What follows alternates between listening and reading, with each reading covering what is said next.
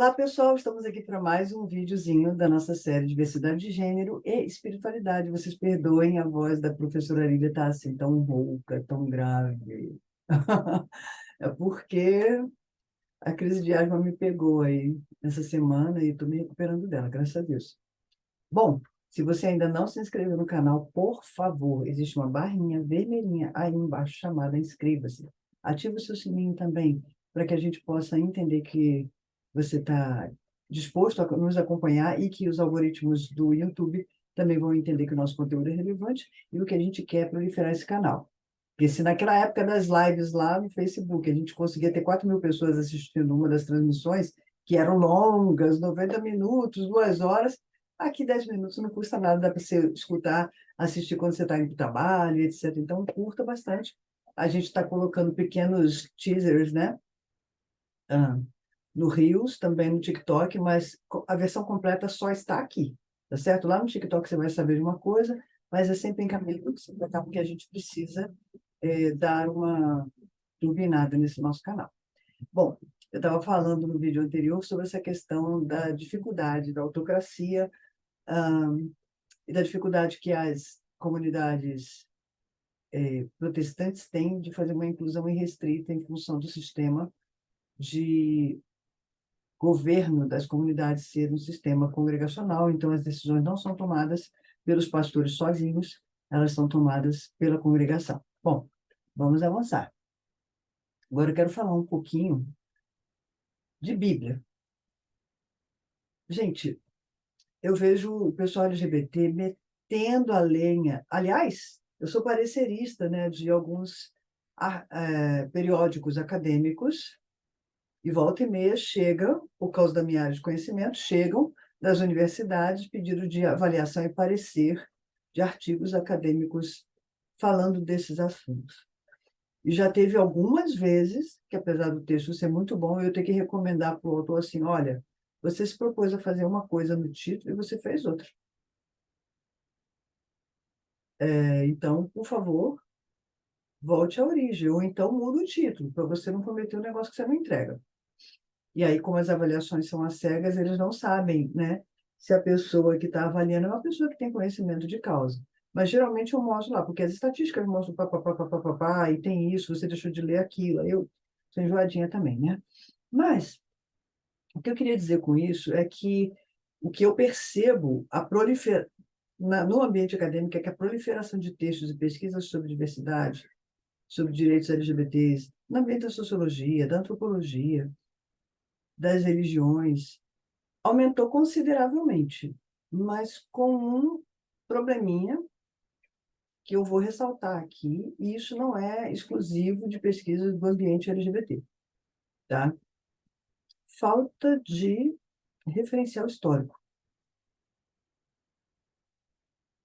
Então, o que acontece com os movimentos hoje? Eles estão tão impregnados da luta dos direitos deles, e nenhum problema em relação a isso, que quando eles vão se dirigir a um grupo que supostamente é um grupo conservador e que não promove uma inclusão, que não os faz sentir acolhidos, etc., e que se entende que, por serem de ambiente religioso, eles teriam que ser protagonistas nesse processo, já se vai com a intenção de atacar. E nessa intenção de atacar, e eu vejo isso em texto acadêmico, hein? Eu sei quando é uma pessoa LGBT+, que está escrevendo, por conta do ressentimento que ela joga no texto. E eu falo isso para muitos orientandos meus. Gente, você não pode escrever com as vísceras, não escreve com o fígado. Você tem que ser racional. Em mediação de conflitos, a gente aprende que a mesma forma que eu tenho de argumentar, o outro lado tem o mesmo direito com a mesma proporção de tempo. Então, se você vai fazer uma pesquisa acadêmica nessa área, lembre que você não pode somente colocar as suas posturas, os seus posicionamentos e suas opiniões. Até porque para você colocar tudo que é seu ali, que você está pensando, você tem que fazer referencial teórico. Então, você tem que referenciar os autores, em quem você leu, em quem você baseou. Você não pode se basear nos sentimentos do teu fígado, tá? E aí eu estou falando de fazer isso com a emotividade do processo. Não. Seja racional, porque você está no ambiente acadêmico e você vai ser avaliado pela força do teu argumento e não pelo sentimento que você está experimentando. Tá certo? Fica aí a dica para quem está fazendo mestrado, doutorado na área também. Então, o que que acontece? O pessoal traz para dentro desses textos essa palavra de condenação da tradição judaico-cristã, porque a tradição judaico-cristã é responsável pelo preconceito, pelo não sei o quê. Eu já falei aqui em outros momentos que povos como Índia, China, Coreia, Japão têm os mesmos problemas para lidar com a inclusão LGBT+, e nunca tiveram a base judaico-cristã na sua matriz cultural. Então, esse é um argumento furado. Para de usar isso nos seus textos acadêmicos ou nos seus discursos, onde quer que você vá. A tradição judaico-cristã é uma tradição como todas as outras que existem no planeta. E a dificuldade com a inclusão LGBT+, ela é planetária. Não adianta a gente achar que é um problema do Brasil, isso é um problema que se carrega de muito tempo para frente.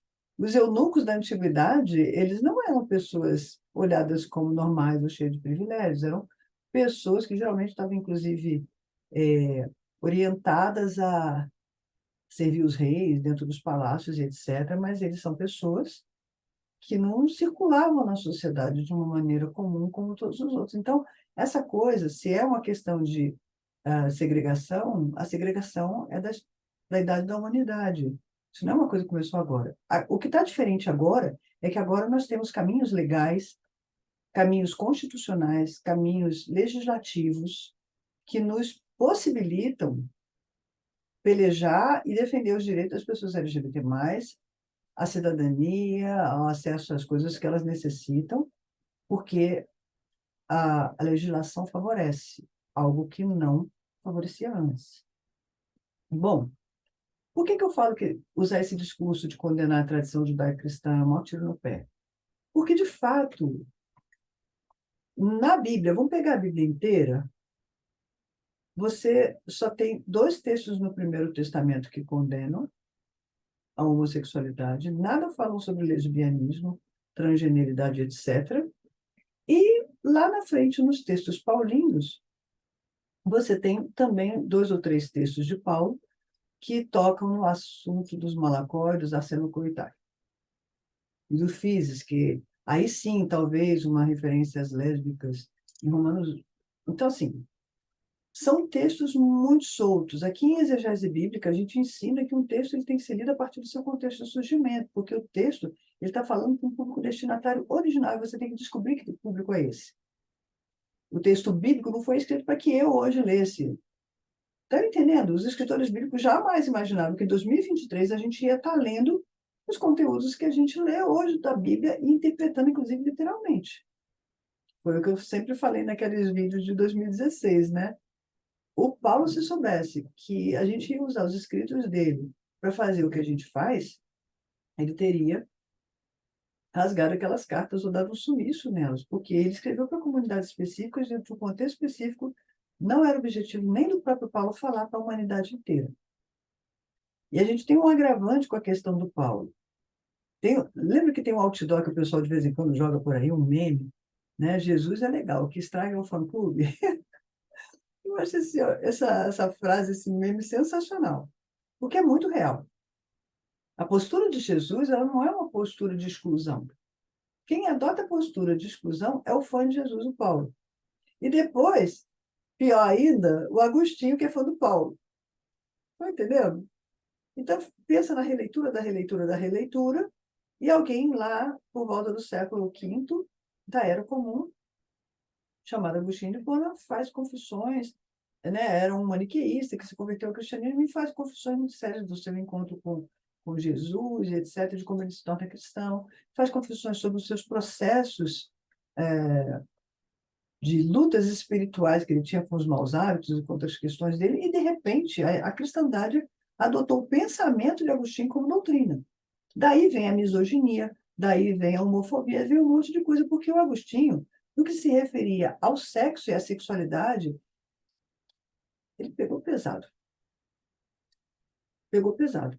E aí eu cito no meu livro, né, que o Dom Sebastião Armando Gameleira, que é um bispo anglicano lá do Nordeste, ele esteve na Bíblia em 2018, conferenciando para todo mundo nas plenárias, e ele falou uma coisa muito interessante sobre essa mania da igreja seguir o Agostinho.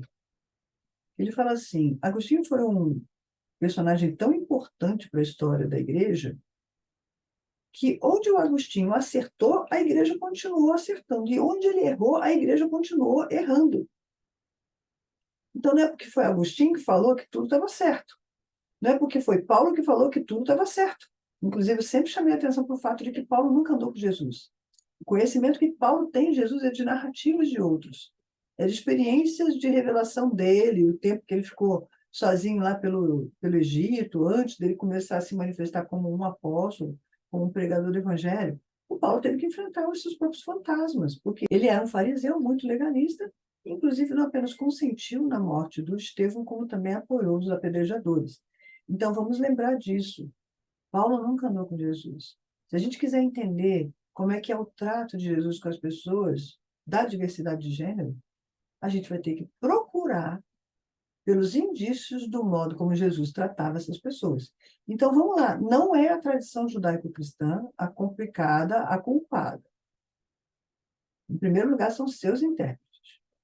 Em segundo lugar, só temos dois textos no Antigo Testamento reprovando. E a gente tem um texto lindíssimo em Isaías 56, que eu já falei para vocês muitas vezes dele, que é um texto de inclusão dos eunucos. E se a gente quiser entender o que seria um homossexual da antiguidade, a gente vai ter que colocar na categoria genérica de eunuco, porque era o que tinha mais parecido naquela época.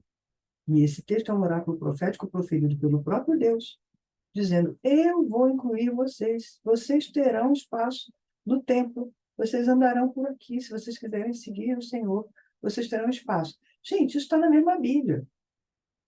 Então, se a gente olhar holisticamente a mensagem da Bíblia, ela não é de exclusão, ela é de inclusão.